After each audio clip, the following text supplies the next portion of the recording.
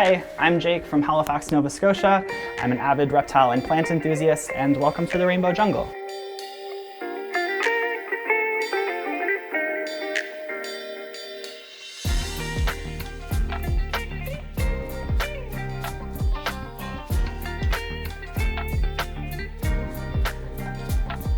I originally came to Halifax about 10 years ago for school. If you've never been to Halifax, the winter I can only describe as gray. I started putting a few houseplants in the apartment that I lived in, just like a way to brighten up the space. But the passion itself actually started with reptiles. That's sort of what I've been interested in my whole life. So this is my bedroom. I don't really have a particular rhyme or reason why most of the plants are in here. Really, it is just about kind of maximizing whatever space I have available. So this is my Alocasia Bisma. I've had this one for, I think, about 3.5 years. I just really love the texture of the leaves and the particular color.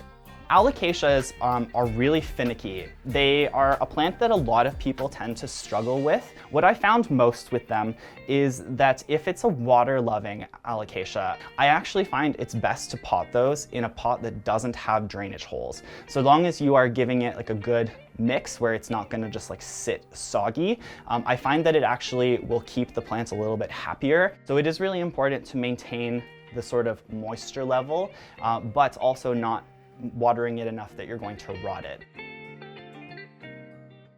My bedroom connects into my living room here, and this is where I tend to keep the plants that I really like to sort of show off.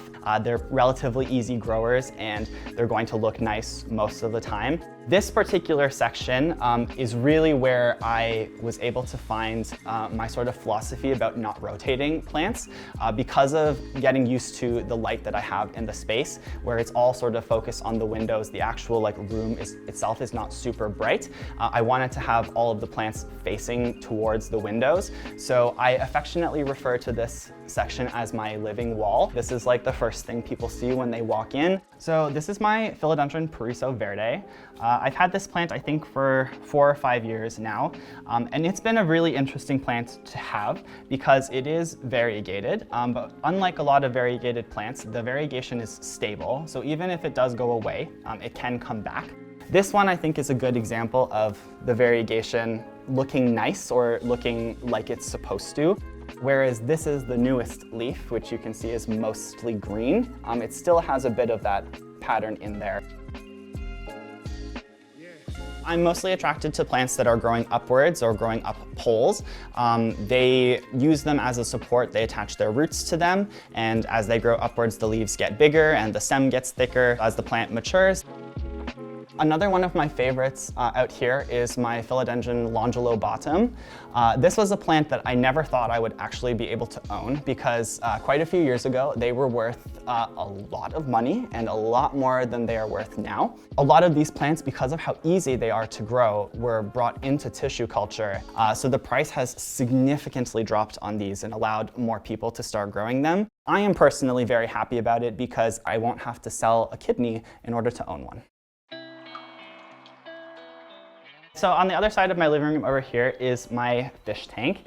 So it's about 37, 38 gallons, give or take. It is essentially just a plant holding tank. The fish are really sort of the accessory to the plants in here. The fish that are in here are a couple of pairs of apistogrammas, and I've had all pairs of them breeding in here, and I've gotten some babies, and the rest of the fish are all quite small little schooling fish. So I've got celestial pearl danios, I have Gertrude's rainbow fish, Norman's lamp-eye killifish, clown killifish, and glowlight danios in here. I couldn't tell you the last time I did water maintenance on this tank because it is always pristine with the amount of plants that are in here. So this is my walk-in greenhouse in my apartment's living room. When this came into my apartment is when I knew that I had a bit of a problem. This is where I keep a lot of the plants that want higher humidity, that are a little bit of my problem children. There is a nice humidifier in here that keeps the humidity nice and high. The temperature is also quite a bit higher in here too, so it's my best ability to sort of simulate what it would be like growing in Indonesia, where I am in Halifax. This is where I tend to keep a lot of my favorite plants, the ones that I want to grow faster and get really, really nice. This is my Philodendron Whipple Way, another plant I never thought I would be able to own. I remember looking, I believe when I was in high school still, seeing a cutting of one of these going for about 10,000 American dollars. Now, again, because of tissue culture, these have become quite a bit more available, and it is very, very easily now my absolute favorite plant that I own, and the one that I point out when people say, do you have a favorite? I point them to this one and say, it is absolutely her. So this is what I like to call my jungle room. It started out as the reptile room, but since there's all lots of plants and everything in here, that's kind of what I've decided to call it. So in here, I do have 4 geckos. So 3 of them are crested geckos, or Corelliphus ciliatus, and they're from New Caledonia. These guys are, in my opinion, the literal best pet reptile you can possibly own for any experience level, because they're just such easy animals to look after and really, really rewarding to keep. Jack here has been around so many different people that he'll chill kind of on people's hands. He likes to sit on the top of my head, and he'll kind of sit still and watch things with me and allow people to sort of pet him. And I really enjoy having animals that I can encourage people to sort of further explore their love of nature, and again, not just love the furry animals, but to sort of expand that to kind of everything. And then on this side, I have my 3 snakes. So all 3 of them are ball pythons.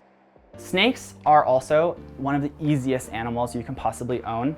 It's essentially like owning a pet rock that drinks and eats like every once in a while. These 3 tanks have been undergoing renovations pretty much since I've had them, and they have never looked nice because ball pythons are heavy and they destroy everything. So I have tried to put plants in these tanks and it has not worked. That is the one thing I do find with snakes. They are difficult to kind of display in a nice way, where I can't like make a nice kind of live planted vivarium like the geckos. Overall, I will say if you are not afraid of them, cannot recommend a pet snake enough. They are such easy animals to look after, and they can become quite friendly with you if you do work with them enough.